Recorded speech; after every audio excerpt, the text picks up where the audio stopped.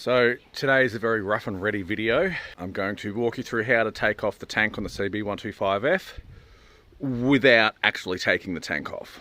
It is a bit of a bear of a job. Well, let me run this clip of last time I took the tank off. I don't want to take the tank off. I really don't. Like I said, I hate taking the tank off this bike. It is an absolute bear of a job. Motherfucking tank is off. I do not want to talk about it. I do not want to talk about it. So, obviously the first thing we're doing is removing the seat and removing the side panels. With the side panels removed, go ahead and remove this 12mm bolt.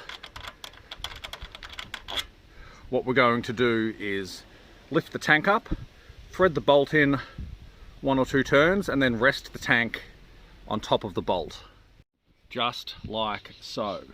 And this will give us access.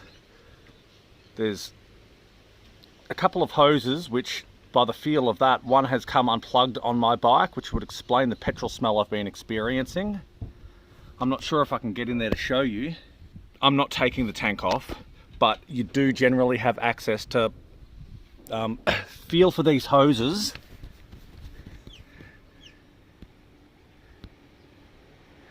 You can barely see them in there now. That's your pollution gear. Like your, your evaporation gear. That does need to be plugged all in, so I'm glad that I sort of half looked at this now. This plug here is your tank fuel sender, so you can go ahead and unplug that. The next thing to do is to unbolt these 2 bolts here. This will secure your horn, which also needs to be unplugged. Actually, it does not need to be unplugged. It can hang there so long as you tuck it away safely.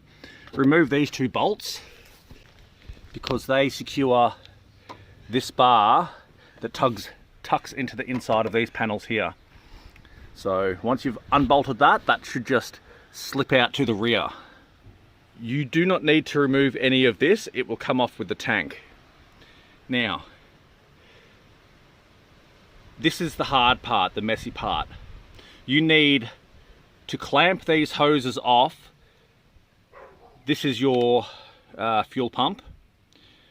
There is no way to remove the tank without spilling petrol. So clamp it off, this one first. Have a fuel container ready. This clip, you can just do that with your fingers. You may need a flathead screwdriver to pry this off. You will be draining the tank from this hose. Once you've completely drained the tank, same thing, clamp this hose off, remove it, let it drain. This is the return line. Once these hoses are removed, you'll have a bit more movement in the tank up and down, so you'll be able to unhook the... I'm not going to show you, I'm sorry, I'm not removing this tank just for this. You will be able to get in here and remove 1, 2, there's 3 hoses, 2 at the back and 1 here. You will be able to feel them out. Once all the hoses have been disconnected, you can just pull the tank off rearwards and slightly upwards. The tank is secured, as most tanks are, by 2 rubber bungs up on the inside of the frame, which there is no easy way to show you. Just make sure the rubber bungs don't pull off. But the tank, you might just have to give it a wiggle, but the tank will just pull off this way. It is an absolute nuisance of a job, which is why I'm not doing it fully to show you. You just need to get in there and pay attention. Undoing everything isn't the hard part. The hard part is not spilling fuel all over yourself, all over the floor. Because unfortunately there's no way to remove the tank and the fuel pump all in one. as opposed to that KTM, the fuel pump is integrated into the tank. All you have to do is pluck off a fuel line and it doesn't spill because it's not under pressure. This is a gravity fed tank.